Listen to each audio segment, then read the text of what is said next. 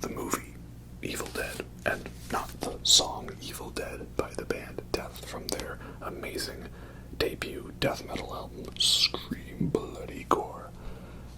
Okay, well, we'll save this for another video. But I'm still wearing my Death shirt for the video. The band's got Evil Dead, and we're talking about Evil Dead. Yeah. Anyway. Hello everyone, and welcome to the ASMR review show for this video. Again, we're talking about the film Evil Dead, all of the movies in the Evil Dead franchise, and I've got some nice red wine, a little Malbec here, because you know it's red, it's the blood, right? That's how we do it, right? Blood.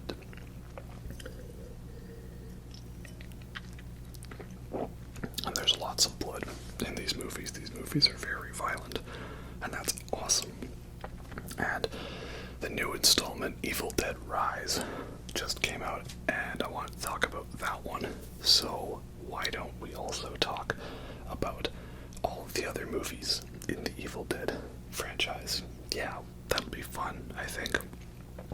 So, it was originally created by Sam Raimi, and he's the director who you might know for doing the Tobey Maguire Spider-Man movies, and he's awesome.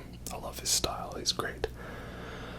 It was so good to have him back directing Doctor Strange in the Multiverse of Madness. It was not as great of a film as it could have been, but it was still pretty fun, and it basically turns into an Evil Dead movie at the end. So yeah, I enjoyed it for what it was, but it could have been better, as with most Phase 4 Marvel movies. Oh well. And main ones star Bruce Campbell and his mighty chin and his mighty eyebrows as Ashley Williams, who is like, yeah, Ash is the best final girl, that's for sure. Yeah, they started off kind of straightforward and soon descended into campiness, and now they've come around back to being serious again. It's a great franchise, you know, it's been long running, but not too many installments. But I feel like every time we get one, it's a special one. So we start off with The Evil Dead in the 80s. And, well, I guess before we get into that, I'll just say that I enjoyed Evil Dead Rise. It's awesome, it's fun. I don't love it as much as I loved remake 2013 Evil Dead, but still a lot of fun. So I'll try not to talk spoilers, but I'll probably get into spoilers. I'm sure you've probably seen the movie already if you were into it, and we'll talk about that at the end. But to start off, The Evil Dead, the first one, in like 1981 or something like that, I think, early 80s, and it's like a low budget movie, and it's meant to be like their attempt at doing like a straight up serious horror movie, and it kind of works. Like, the thing that people kind of found out with this one is not everyone took it seriously. Like, it's shot to be pretty gritty, and like the blood effects in it are pretty gnarly, but it is kind of campy. It's not a perfect movie, and that was something that they leaned into more in the sequels. But for being like a low budget horror movie made by like a 26-year-old guy with a bunch of his friends, I'd say it's pretty impressive for what it is. Might be my least favorite in the franchise,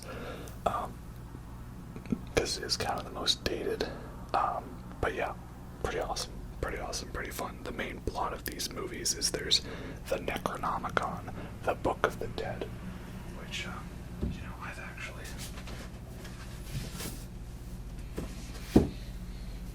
I've got a Necronomicon here. It's a little dusty, and it's not the same one. This is the H.P. Lovecraft one, but I don't know, I'm sure if I read from it, like, nothing bad will happen, right? The hills beyond Arkham are full of strange magic, something perhaps which the old wizard Edmund Carter called down from the stars and up from the crypts of Nether Earth, where he fled there from Salem in 1692. We're still fine. Yeah, so it's a different Necronomicon, but it's still a fun one. Yeah, so you read from the Necronomicon, and like weird dead spirits come and they try to possess your body, and sometimes they can just simply like zoom into your body and you're possessed, and other times they need to like bite you or something, like it's a zombie infection. And then in one instance, burning the book does kill the zombies, but it doesn't. And then the other, like, you can't even burn the book, so the rules are just kind of really made up as they go along. And it's kind of the same movie every time, but that's okay, it's fun, we like it.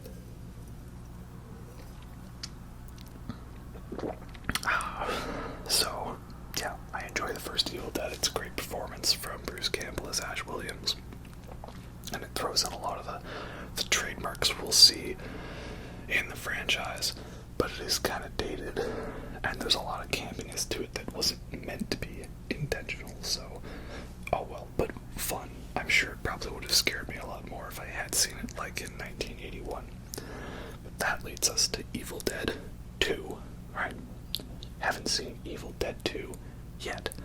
What do you mean you haven't seen Evil Dead 2 yet? It's an amazing movie, right? Would you get the impression that I wanted to see that film? Such a great conversation from High Fidelity about Evil Dead 2. Though they talk about the guy making Beretta shotgun ammo off screen in the 14th century, which is an Army of Darkness reference, so I don't know. But yeah, Evil Dead 2, many years later, comes out, and this is where it starts off as a remake of Evil Dead 1, because they have to do a recap to show what happened in Evil Dead 1, because they didn't have the rights to their own movie, so they couldn't use footage from it, so they reshot some of it. But that confused people into not knowing, like, why does Ash go back to the cabin? Well, he never left. What you're seeing is the events of the first movie, like, truncated and shortened up. Yeah, pretty good. This is the one, though, where they really lean into the campiness and the silliness, and it's still violent, and it's still bloody, and it's still got scary moments to it. But there's also a lot of silliness. Like, the camera angles, the way it's shot, it's so creative and inventive. There's great puns, like him putting a farewell to arms on top of his severed hand.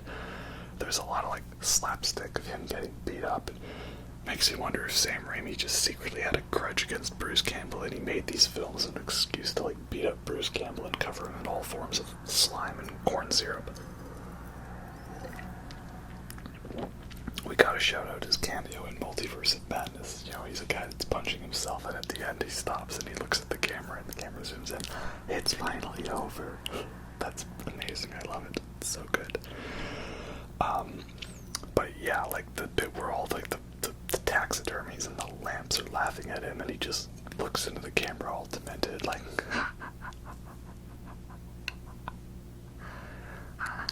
Like, we love it. We love it. It's great. And also he starts spouting like one-liners and catchphrases, his biggest one being Groovy. You know, he puts the chainsaw on his hand, he gets the boomstick, the sawed-off shotgun. We love it. The thing is, I guess, I do really like this movie a lot, but like I'm not in love with it. It's very fun, it's awesome, it's entertaining, it's campy, definitely a great movie to watch with friends, have a couple drinks too, and I appreciate the artistry and the craft in it, but it's like, it's not one of my favorites, right? It's a movie that I think is better than what I enjoy out of it. Does that make sense? Like, if we're doing ratings, I'd give Evil Dead 2 like a 3.5 or a 4 out of 5, like somewhere in that range.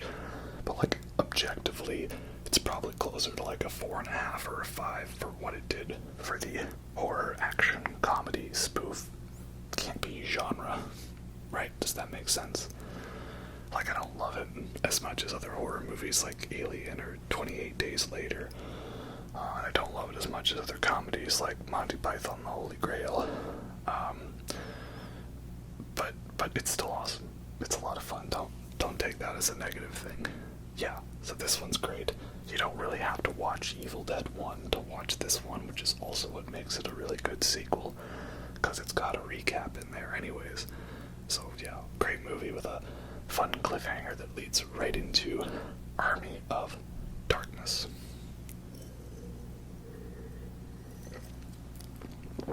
So Army of Darkness is now where the movie goes like full camp, right? Because Ash has gotten teleported back to like the 14th century, I think, or like, there's like castles and stuff. He's teleported back there through a portal. The Necronomicon's there, and he accidentally summons an army of Deadites to attack this castle. And also in there's an evil clone of him, because like he gets attacked by a Deadite, and like it's in his, there's like mini versions of him. There's like a mirror, and the mini versions come out of the mirror, and then he swallows one of them, and then it comes out as an eye, and then he's like got two of them, and he shouts at the moon, and he pokes himself in the eye, and it's great. I love it. And there's a bit where we have Bruce Campbell staring down Bruce Campbell, and he's got to play two different versions of himself, like the scared Ash and the evil Ash. It's great, and his acting, like, I'm bad, Ash. You're goody two-shoes, Ash. You're goody two-shoes. But then again, Ash has so many one-liners in this movie. Puts the boomstick in front of him and good, bad, I'm the man with the gun. Like, he turns into Duke Nukem, which is funny because I'm pretty sure this was before Duke Nukem, so Duke Nukem just took a lot of their badass lines from Ash from Evil Dead. That's great, This is my boomstick. Hail to the king, baby. Come get some. Groovy. And also just the bit where he, like, shoots a Deadite from behind, and all he does is just... like... what? Or when, like, evil Deadite Ash he's watching the army get pulverized, and his reaction is just... oh. But, like, despite all the campiness and silliness, it's, like, a very well-made movie, and, like, for being, like, what I don't think is a high budget, like, the effects in it are really good. Lots of stop motion, lots of, like, practical cool effects and stuff here and there, lots of fun slapstick comedy. It's a great package altogether. So out of the original three, Army of Darkness is probably my favorite, because it just went all in on the silliness, and I love it. And there's still some random body horror and stuff. You still got that great Deadite POV camera of just going crazy through the woods, and so many impressive shots with that. Like, yeah, it's fun to watch an old movie that is all practical, and you can actually watch it and think to yourself, like, how did they do that? Right? There's very few movies where you can really watch them and think, how did they do that? When like, oh, it's all CG, right? That's probably why I love John Wick 4 so much, because there's a lot of that. How did they do that in the filming of that, right? Lots of great stunts in that movie. Lots of fun moments in Army of Darkness. And it's also funny how, like, every Evil Dead movie has an ending that the next one doesn't necessarily follow. Like, Evil Dead 1 ends with, like, him destroying the book, but then a Deadite zooming at him. And then Evil Dead 2 sort of carries on from that, but first it has to recap the first film and take out some of the characters and gloss over the events a bit. That ends with him getting teleported back and all of the people hailing him as a hero. And then Army of Darkness starts and they think he's a monster and they throw him away. So at the end there's two endings to Army of Darkness. The original one was gonna be he, like, goes too far into the future to, like, a post-apocalyptic Earth or something like that. But in this one, no, he gets back fine, and then he's, like, working back at his department store. I forget what it's called now, right? But Shop S Smart, yeah. And somehow there's a Deadite there because he didn't say the words right, but he's still fighting the good fight, and he is a king. Hail to the king, baby. And then there's the the TV show Ash vs. Evil Dead, which I haven't actually watched yet. I've heard it's actually pretty good, so maybe now that I'm in an Evil Dead mood, I'll have to sit down and watch that and enjoy it. But apparently it's actually good. And I think that carries on from the post-apocalyptic ending of Army of Darkness, which wasn't in the theatrical version, so yeah, go figure. And Ash vs. Evil Dead was teased at the end of the next movie we talk about, the remake of The Evil Dead, simply known as Evil Dead 2013. At least in this version they dropped the, so there is a distinction. I don't like when they remake a movie and it's in the next installment. It's just the same title. You know, Doom 2016, God of War 2018, Nightmare on Elm Street 2010, Friday the 13th 2009, stuff like that. But the remake of Evil Dead, which is not really a remake, but it kind of is, but it isn't, because it's new characters, but it's the same setting, and kind of the same events, but different events play out. Oh man, I love it so much. This might actually be my favorite film in the franchise, the remake. I know, right? What? It's just in an era, early 2010s, when it seemed like so many horror movie remakes were coming out and being absolutely hot garbage. This one came out and said, no, this is how you do it, man. I was blown away by how good this movie was. The gore and the violence in it is like really brutal, and it really gets to you, and it needs to, because the original film was quite brutal and violent for its time. But you look back on it now and it's not so bad. It's shot pretty well, but not all those effects hold up, or it's not as scary as it seems. New one needed to bring that equivalent level of brutality, but in today's sort of era of movies, and it did, and it was glorious. I love it. And it's a good remake because it is a remake, but like there's still new characters, but it's not like a side spin-off. So it's not like it's like ruining it characters. It's not like they recast someone as Ash Williams. It wasn't Bruce Campbell and they didn't do as good of a job. They are new characters, but it's the same setting, but it doesn't deviate too much. And it throws in a couple of new things here and there. And also they took the tree sequence from the first Evil Dead, the sequence Sam Raimi thought he went a little too far with, which is why he toned it down in Evil Dead 2. That scene that went too far in Evil Dead original, they took it again and went even further with it in Evil Dead 2013. And oh my god. What a sequence, indeed. Yeah. Wow. So good. Yeah. But, it's not like just me being like a violence nut. I mean, I like my death metal and all that, but it's like, it's I want the movie to be brutal. And the thing with me, typically with violence in movies and like gory horror movies, it doesn't get to me too much because I'm usually like admiring the artistry of it. Like if there's a big blood effect, I'm kind of like going like, oh, that's nasty, and wow, that was such an impressive shot. Like I kind of can step back a bit from that so it doesn't bother me as much. But even still, sometimes moments in movies can get to me. Like a lot of the stuff in Crimes of the Future or Titani.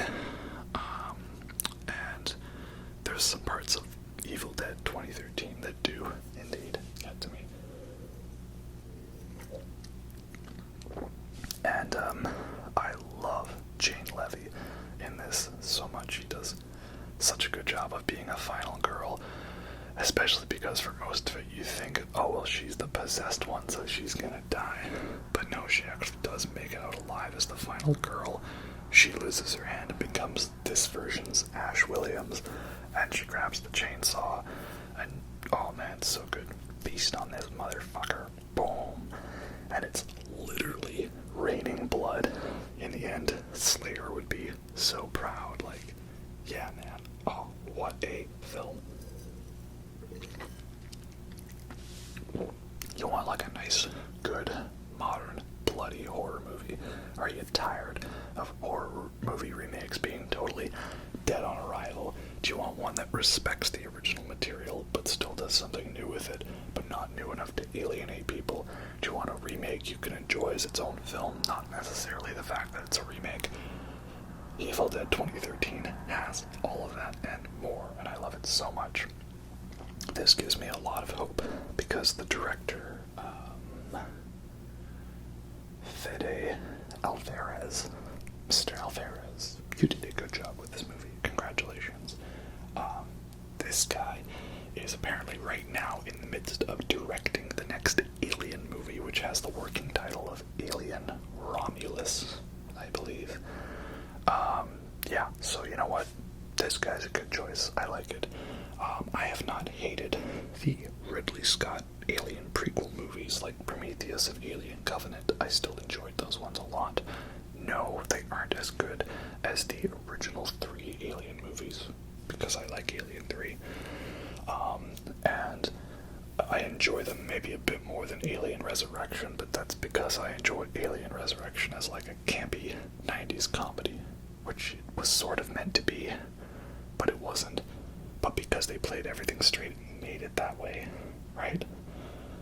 Yeah, so I enjoyed Prometheus and Alien Covenant, but I know a lot of people didn't, so I think they're gonna go something more traditional for the next one.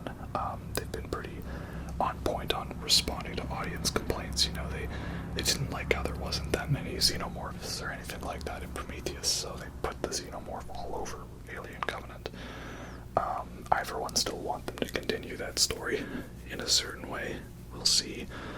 But so far, we're in good hands. I feel that is good. And of course, I'm going to be more forgiving than the average audience, because I'm a fanboy. And at last, that brings us to Evil Dead Rise, which might be one of the best title cards I've seen in a movie. I almost was laughing at it, but like in a, oh, that's awesome way. If you've seen the movie, you know what I mean. Yeah, so a few spoiler-free thoughts. Essentially, I like how this movie did a good job of adapting the setting of Evil Dead from isolated cabin in the woods to isolated random LA apartment. That was really well done. I didn't know how they were going to make the apartment setting work, but they did. It was a great setting. Well done. Very well shot. Lots of great effects in this one. Mostly practical stuff, but like the digital stuff is incorporated well. And again, it's not that digital is automatically bad. It's not that CG is automatically bad. It's when it is poorly implemented, looks dated, has no real lack of thought or artistry in it, and if perhaps you can tell that the actors' performances suffer as a result of that. That's why we don't like the CG in Star Wars. And there's tons of CG in the new Star Wars, but we don't complain about that because that's not the problem with the new Star Wars movies. There's many other problems, but the effects are not one of them. But that's a review for another day. Surprisingly, I didn't get roasted too much for my Last of Us video. I thought for sure I was, but maybe I'm just not popular enough to warrant the hate following. We'll see. Yeah, so it's a great setting and great characters. This whole family dynamic was pretty well done. I don't know if this movie was shot on film or not, but there's a lot of split diopter shots in it, which is basically where you have like a lens that's kind of cut into two, essentially, so you can have like half the frame in focus on one focal distance and half of it is still in focus. And you know when it's a shot like that because the middle of the frame kind of has like a weird blurry effect. It's a very retro looking effect. And it's funny because already I have to make a tally of movies in 2023 that use split diopter shots. We had Dungeons and Dragons, surprisingly. And that movie had animatronics in it. What? And now it's competing for the most split diopter shots because they're all over the film. And it's not that, they're distracting, it's just I noticed them and they're cool. It's like me pointing out when there's a Hitchcock zoom in a movie, like the Vertigo shot or the Jaws shot where like the middle gets closer and the rest, the background goes further away. It's such a fun shot. We like pointing out split diopters and Hitchcock zooms and Wilhelm screams, right? And I'm sure if you're a music guy, you like pointing out whenever Dies Irae is incorporated into the score. What's the one guy that does Dies Irae? Is it Sideways or I don't know? There's the one guy who does music videos on YouTube, and somehow every song is about Dies Irae. It's everywhere. I kind of thought the movie was going to lean into kind of a whole like mommy issues thing a little more, and then I would be able to make the joke like it's like Evil Dead but for people with mommy issues. But there actually isn't really, because like the mom is actually a pretty nice person from what we see of her, and it's not like the whole thing is like the family wanting to take vengeance. So it's a nice angle, pretty much most Evil Dead movies, when someone becomes a Deadite, it's like a person that the characters like, and therefore they don't want to have to hurt them, but then they can't help but being hurt by them. So that was a nice angle. I like that. This one was directed by Lee Cronin, who I guess did that other A24 movie, The Hole in the Ground. That one was not really that great. I mean, it was well shot and it had an interesting idea, but ultimately it's kind of one of those movies that people will point to as what they think a parody of A24 movies are. So yeah, not that great, but I will give credit to that movie. The ending was a pretty spooky implication. Spoilers for that movie. I liked the implication that the mother is now not going to be certain that her son is actually her son for the rest of her life, and so she has mirrors just everywhere in the house, because no matter what she does, she's still worried that her son is not her son. That's a pretty creepy implication. I really liked that ending. That was a good ending. But the rest of the movie was kind of meh, but it did tick all three of the A24 horror movie boxes. Dead animals, head trauma, and burning. Those are the three big ones, which are also the three big ones, coincidentally, of Ari Aster movies.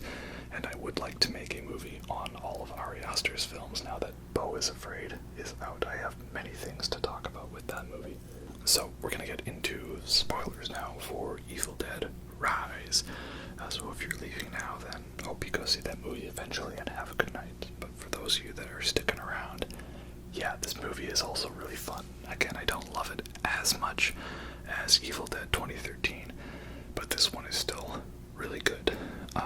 And it's great that 10 whole years later, we get a new entry in the franchise, and it still feels just as refreshing and awesome as the other ones, so that is good. They haven't been pumping them out too frequently, and there's always lots of talent involved. And it's bloody, it's violent, and I love it. So many great moments in it. The one Deadite somehow memorizing the Wuthering Heights passage, which I guess that Deadite was just a fan of Kate Bush. Hey, aren't we all? Not only is that title card great, but I love how that title card technically is like the last shot chronologically from the film's timeline, because we see this intro, which is meant to be a fake out for a cabin in the woods, and I like how the Deadite shot is actually just a drone. That's pretty clever. But then the rest of the film takes place one day earlier. Thus, that title card, Evil Dead Rise, is also the end of the film. That's pretty cool. I like that. And it's an awesome shot. So the rest of the movie then follows this family, and there's mom, 3 kids, and the aunt, sister of the mom, so aunt for the kids. She comes and visits them there in this real run-down, old, decaying LA apartment on the top floor, and most of the people are moving out of the building because the building is getting decommissioned. So we just got a couple of random neighbors on the top floor, and essentially there's a bad earthquake. The elevator's out, the stairs are out, so they're stuck on the top floor. Okay, great, setup for the plot, awesome.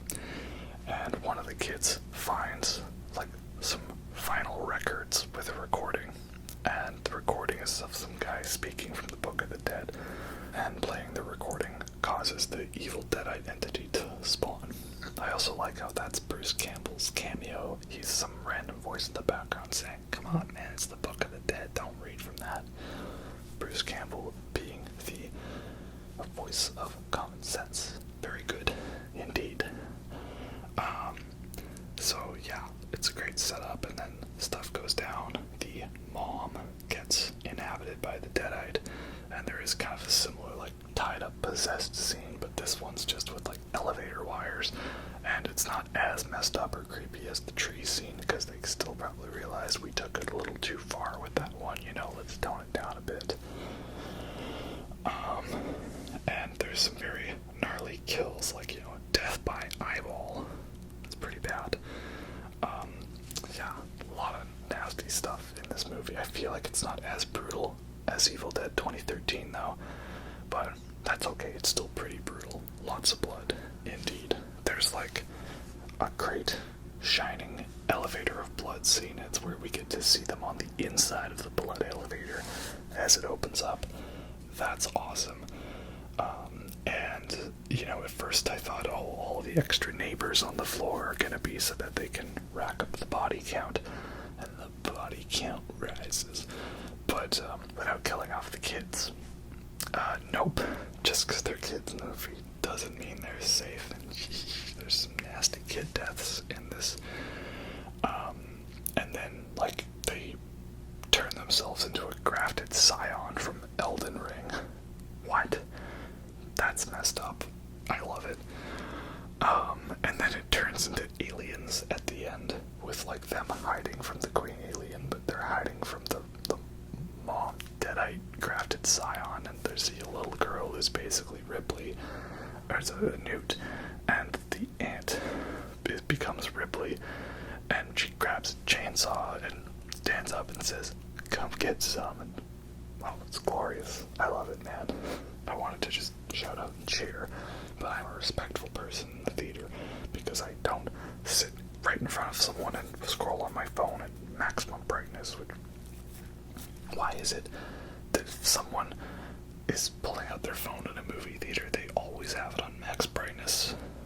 Like, there was someone in front of me at my screening of Evil Dead that just, like, pulled out their phone, took a picture of the screen with flash on, and snapped it to a friend, and they did that, like, 7 or 8 times. I was this close to saying something or just getting up and walking to a closer seat. Like, this is why I don't like sitting at the back of the theater. There's too many more chances for people to be annoying me in front of me.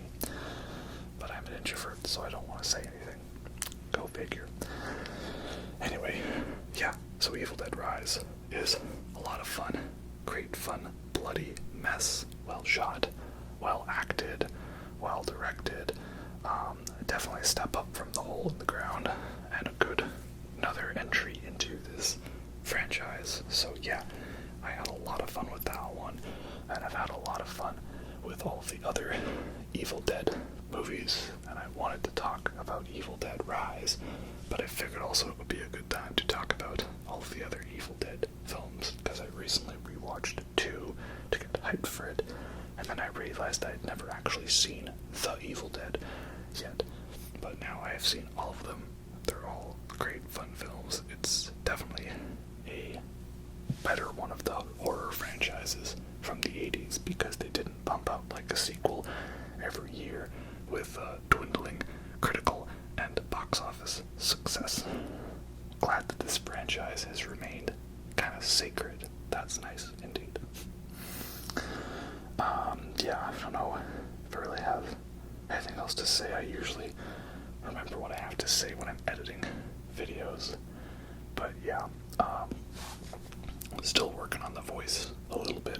Gonna get there eventually, but I no longer have to talk in that horrible Irish accent that so many of you despised, I'm sure, so that's good. Now I just sound like, what's his name, Atlas, right? My name's Atlas. I need you to find my family. Right? Bioshock. Get to Neptune's bounty and find my family, and we'll nail it to the son of a bitch, Andrew Ryan. Now, would you kindly like and subscribe, and rate the video good? Rate it 5 stars. Don't dislike it. Add it to your playlists. Go follow me on MySpace. Go follow my Letterboxd account and my music channel, The Synthetic Overlords. Yeah, you guys are awesome, and I'm gonna stop doing that now because I'm sure I brought back enough bad flashbacks for you. Anyway, hope you all enjoyed that, and I'll catch you next time.